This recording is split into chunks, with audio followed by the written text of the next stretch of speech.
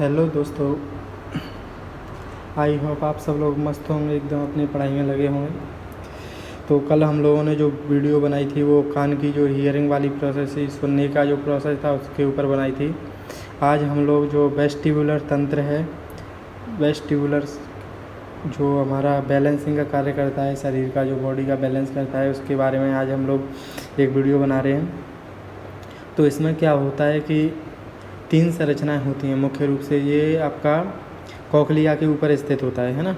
Cochlea के ऊपर आपने 3 अर्धवृत्ताकार नलिकाएं देखी होंगी, तो उसी को, और उसके नीचे एक यूट्रिकुलस और एक सेक्युलस, ये दोनों होते हैं, है ना। इस प्रकार इसमें 3 पार्ट हैं मेनली जो बैलेंसिंग का कार्य करते हैं। एक तो आपके ऊपर जो 3 सेमी सर्कुलर डक्ट्स हैं, जो नलिकाएं हैं वो, और उसके नीचे यूट्रिकुलस और सेक्युलस, इन तीनों के द्वारा बैलेंसिंग का कार्य किया जाता है। तो आप लोग ये जो तीनों नलिकाएं हैं वो तीनों एकदम जैसे कोई व्यक्ति है 3D में अगर गति करता है तो उसको बैलेंस करने का कार्य करती हैं। ये 3 होती हैं। ऊपर वाली जो है सुपीरियर, या आप लोग इसको एंटीरियर बोल सकते हैं, इसके नीचे पोस्टीरियर, और उसके नीचे जो लेटरल है।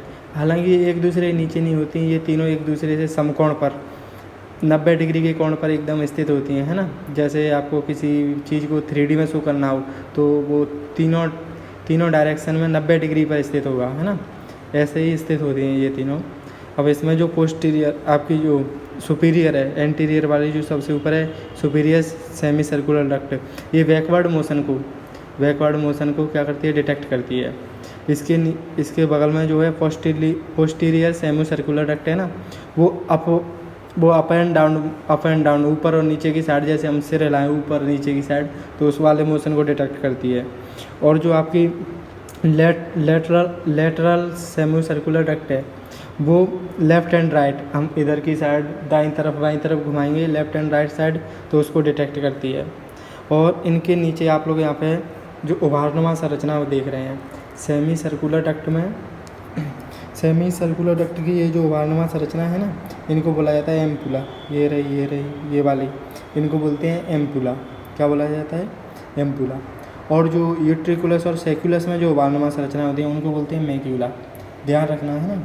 जो सेमी सर्कुलर डक्ट हैं, अर्धवृत्ताकार नलिका हैं, उनके नीचे जो उभार पाए जाते हैं उनको तो बोला जाता है एम्पुला, और जो यूट्रिकुलस और सेक्युलस में उभार पाए जाते हैं उनको बोला जाता है मैक्यूला। एम्पुला और मैक्यूला, ठीक। अब आप लोगों को बताएं, ये जो एम्पुला होते हैं ना, एम्पुला, इसके नीचे इनमें छोटी छोटी रोम कोशिकाएँ पाई जाती हैं, मतलब बाल जैसी संरचनाएँ होती हैं इनके अंदर, उनको बोला जाता, बाल जैसी संरचनाएँ होती हैं उनको बोलते हैं क्रिस्टा एम्पुलरिस बोला जाता है। जब हम लोग कोई मूवमेंट करते हैं आगे पीछे, ऊपर नीचे, अगल बगल की साइड में, किसी भी दिशा में अगर मूवमेंट करते हैं तो उसी के अकॉर्डिंग ये भी मूवमेंट करते हैं। इनके आसपास लिक्विड भरा होता है, जिसे एंडोलिम्फ बोला जाता है, लिक्विड भरा रहता है जिसको एंडोलिम्फ बोलते हैं ना। और ये जो इसमें गति, और जो गति विहीन, जो गति नहीं करते सूक्ष्मांकुर होते हैं उनको बोलते हैं स्टीरियोसीलिया। किनारों पर पाए जाते हैं छोटे छोटे गति विहीन, उनमें कोई भी मोशन नहीं होता है, मतलब वो वहीं पर रहते हैं, सूक्ष्मांकुर छोटे छोटे, उनको बोलते हैं स्टीरियोसीलिया। और जो छोटे छोटे और पछमा पाए जाते हैं, जो छोटे एकदम, उनको काइनोसीलियम भी बोला जाता है ना। और जो एम्पुला का जो क्रिस्टा है, क्रिस्टा एम्पुलरिस है, जहाँ पे जो क्रिस्टा हैं उनमें ऑटोकोनिया अनुपस्थित होता है, और जो क्रिस्टा एम्पुलरिस है, मतलब जो छोटी छोटी रोम कोशिकाएँ हैं, जिनको आपने, एम्पुला है ये जो फूली हुई संरचना है ना, यहाँ पे ये जो फूली हुई संरचना, इसके अंदर इसको एम्पुला बोलते हैं। इसमें छोटी छोटी जो रोम कोशिकाएँ हैं उनको क्रिस्टा एम्पुलरिस बोलते हैं, और उन क्रिस्टा एम्पुलरिस का जो समूह है छोटा छोटा, उनको बोला जाता है कुपला। क्या बोलते हैं, कुपला। मैं आपको उनकी एक संरचना दिखाता हूँ। यहाँ पे ये देखिए, ये जो छोटे छोटे बाल दिख रहे हैं ना, ये बाल जैसी संरचना, इनको बोलते हैं क्रिस्टा एम्पुलरिस। क्या बोला जाता है, क्रिस्टा एम्पुलरिस। और इनके जो समूह है उसको बोला जाता है कुपला, ठीक है ना।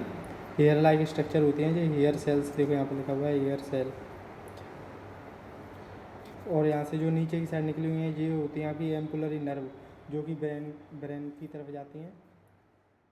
मैं हम लोग यहाँ पे यूट्रिकुलस और सेक्युलस के बारे में थोड़ा जान लेते हैं। ये जो आपकी ये जो संरचना है ना सेमी सर्कुलर डक्ट की, अर्धवृत्ताकार नलिकाओं की, ये यहाँ पे यूट्रिकुलस में लगी हुई है ना, ये आप लोग देख रहे हो। और इसके नीचे ये बगल में है सैक्यूलस, यूट्रिकुलस ये रहा सैक्यूलस। तो इनमें छोटे छोटे कण पाए जाते हैं कैल्शियम कार्बोनेट के। इनमें एंडोलिम्फ मतलब जो द्रव है, जो लिक्विड है वो तो भरा रहता है, उसको बोलते हैं एंडोलिम्फ, और उसके अंदर छोटे छोटे कण पाए जाते हैं जिसको बोलते हैं कैल्शियम कार्बोनेट। कैल्शियम कार्बोनेट के छोटे छोटे कण पाए जाते हैं जिनको बोला जाता है ऑटोकोनिया या ऑटोलिथ बोला जाता है ना। और इनमें जो मैंने पहले ही बता दिया है उभारनुमा संरचनाएं होंगी, इसमें सैक्यूलस और यूट्रिकुलस के अंदर, उनको बोलते हैं मैक्यूला,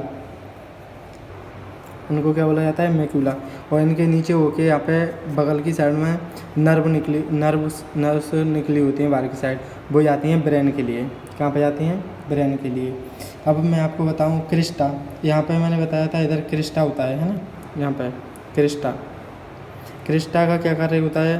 क्रिस्टा जो है वो गति के समय शारीरिक संतुलन को नियंत्रित करता है। जिस समय आप गति मूवमेंट कर रहे हो, आगे पीछे भाग रहे हो, दौड़ रहे हो, या गर्दन आगे पीछे घुमा रहे हो, तो उस समय का जो नियंत्रित करता है बॉडी का जो बैलेंस, वो किया जाता है क्रिस्टा के द्वारा। और जो मैक्यूला है, जो सैक्यूलस और यूट्रिकुलस में जो भारणुमा संरचना है, तो उसमें जो मैक्यूला है उसको बोलते हैं मैक्यूला। तो मैक्यूला का क्या कार्य है? वो स्थिर अवस्था में, जब आप कोई मूवमेंट नहीं कर रहे हो, उस समय शारीरिक संतुलन को नियंत्रित करता है। और जो क्रिस्टा है वो मूवमेंट के समय, ध्यान रखो, क्रिस्टा मतलब जब हम लोग मूवमेंट करेंगे, चलेंगे, दौड़ेंगे, घूमेंगे, उस समय हमारी बॉडी को बैलेंस करेगा। और जो मैक्यूला है वो स्थिर अवस्था के टाइम करता है। ठीक, अब आप लोग यहाँ पे ये जो संरचनाएं देख रहे हैं, ये आपका जो फूला हुआ भाग है, यहाँ पे जो उभारनुमा संरचना है वो एम्पुला की है ना, एम्पुला है। यहाँ पे जो फूला हुआ भाग होता है ना उसमें एम्पुला, इसके यहाँ पे ये छोटे छोटे एयर लाइक स्ट्रक्चर हैं, इनको क्रिस्टा एम्पुलरिस बोला जाता है ना, क्रिस्टा एम्पुलरिस बोला जाता है। और इनका जो समूह है उसको बोलते हैं कुपला, इनको क्या बोलते हैं? कुपला। यहाँ पे जो एम्पुलरी नर्व हैं जो ब्रेन की साइड जाते हैं। अब ये तो आपका दिख रहा है हेड इन स्टिल पोजीशन, जब मतलब कोई भी मूवमेंट नहीं हो रहा है, जब ये कैसी हैं? एकदम स्टिल है, स्टिल मतलब कोई भी मूवमेंट नहीं कर रही हैं। अब यहाँ पे जब हेड को रोटेट किया जाता है तो इनमें भी ये भी क्या होती हैं? ये अगर अपनी जो जिस पोजीशन में थी एकदम स्टिल में थी, उससे क्या हो जाती हैं? रोटेट हो जाती हैं उधर की साइड में। और इनके जो बीच में जो द्रव भरा होता है उसको क्या बोलते हैं? एंडोलिम्फ बोला जाता है। एंडोलिम्फ में जब वो मोशन होता है, उनमें जब गति होती है, तो इनमें भी ये भी उधर की साइड गति करने लगती है, मूवमेंट होने लगता है। ठीक है ना, इस प्रकार से ये कार्य करती हैं। तो वेस्टिबुलर तंत्र में इतना ही है कि जो आपका वेस्टिबुलर तंत्र है उसके अंदर आप समझ गए होंगे 3 अर्धवृत्ताकार नलिकाएं हैं, एक यूट्रिकुलस है और एक सैक्यूलस है। अर्धवृत्ताकार नलिकाएं हैं वो एक दूसरे से 90 डिग्री के कोण पर स्थित होती हैं एक दूसरे से, और जो तीनों दिशाओं को क्या करती हैं? तीनों दिशाओं में जब बॉडी को बैलेंस करती हैं, वो तीनों दिशाओं में जैसे बॉडी काम करेगी उस हिसाब से उसके अकॉर्डिंग उसको बैलेंस करती हैं। और इनके जो नीचे फूला हुआ जो भाग है उसको बोलते हैं एम्पुला, और उसमें छोटे छोटे रोम जैसी संरचना पाई जाती है, उनको क्या बोला जाता है? Crysta ampullaris. मतलब जो छोटे छोटे बाल होते हैं ना, उनको बोला जाता है क्रिस्टा एम्पुलरिस। उनके आसपास जो लिक्विड का द्रव रह जाता है उसको बोला जाता है एंडोलिम्फ। क्या बोला जाता है? एंडोलिम्फ। जो लिक्विड भरा होता है ना उसको एंडोलिम्फ बोला जाता है। और जो यूट्रिकुलस और सैक्यूलस में जो उभारनुमा संरचना बोली जाती है उनको बोलते हैं मैक्यूला। अब इनका क्या कार्य है? क्रिस्टा और मैक्यूला का, जब आप लोग मतलब बॉडी जैसे ही मूवमेंट करती है, गति करती है, तो किसके द्वारा उसको बैलेंस किया जाता है? क्रिस्टा के द्वारा। मतलब जब मूवमेंट के दौरान क्रिस्टा के द्वारा कंट्रोल किया जाएगा, वो बैलेंस करने का कार्य करेगी। और जब स्टिल पोजीशन में, जब हम कोई भी गति नहीं कर रहे हैं, उस समय किसके द्वारा किया जाएगा? मैक्यूला के द्वारा किया जाएगा। बस इसमें इतना ही है वेस्टिबुलर तंत्र का। तो आप लोगों का जो ईयर का जो स्ट्रक्चर और ईयरिंग का था वो पहली वीडियो में, अभी ये दूसरी वीडियो में वेस्टिबुलर तंत्र का पूरा हो गया है।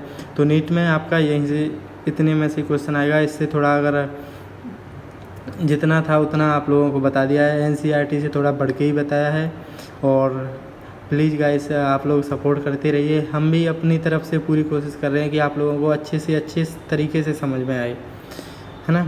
और अब नेक्स्ट वीडियो भी हम लोग कल या परसों में डाल देंगे, अपलोड कर देंगे यूट्यूब पर। और जो शायद हम लोग सोच रहे हैं कि आँख के बारे में नेक्स्ट वीडियो बताई जाएगी। तो प्लीज़ गाइज़ आप लोग सपोर्ट करते रहिए, अपने दोस्तों के साथ शेयर कीजिए। और अगर आप लोगों को समझ नहीं आ रहा है तो एक बार कमेंट करके बताइए कि थोड़ा भैया थोड़ा मतलब अलग तरीके से समझाओ, तो हम और अच्छा प्रयास करेंगे, ठीक है ना। आप लोग सपोर्ट करोगे जब ही हमारा भी उत्साह बढ़ेगा कि हम लोगों को आप लोगों के लिए अच्छी वीडियो और बनाएं। आप लोग सपोर्ट नहीं करोगे तो हम भी होपलेस हो जाएंगे यार, कोई सपोर्ट नहीं कर रहा तो क्या करना है, छोड़ो। ठीक है, थैंक यू सो मच।